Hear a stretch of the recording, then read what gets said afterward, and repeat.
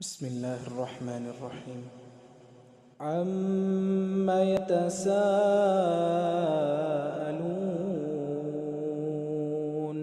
عن النبأ العظيم الذي هم فيه مختلفون كلا سيعلمون ثم كلا سيعلمون ألم نجعل الأرض مهادا والجبال أوتادا وخلقناكم أزواجا وجعلنا نومكم سباتا وجعلنا الليل لباسا وجعلنا النهار معاشا وبنينا فوقكم سبعا شدادا وجعلنا سراجا وهاجا وأنزلنا من المعثرات ماء ثجاجا لنخرج به حبا ونباتا وجنات ألفافا إن يوم الفصل كان ميقاتا يوم ينفخ في الصور فتأتون أفواجا وفتحت السماء فكانت أبوابا وسيرت الجبال فكانت سرابا إن جهنم كانت مرصادا للطاغين مآبا لابثين فيها أحقابا لا يذوقون فيها بردا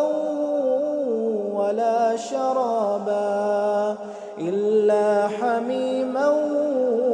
وغساقا جزاء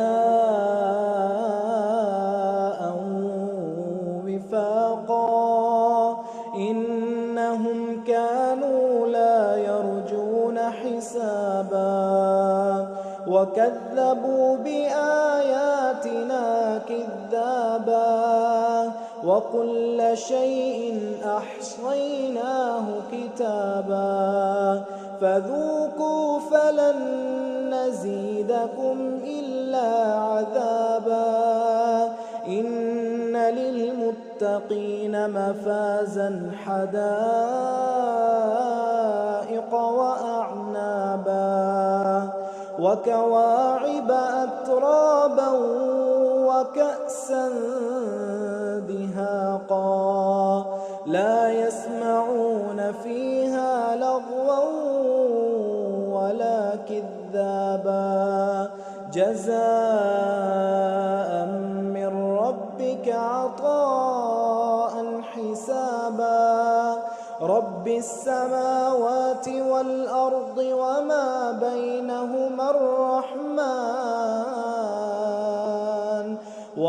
بينهما الرحمن لا يملكون منه خطابا يوم يقوم الروح والملائكة صفا لا يتكلمون إلا من أذن له الرحمن وقال صوابا ذلك اليوم الحق فمن شاء اتخذ إلى ربه مآبا إنا أنذرناكم عذابا قريبا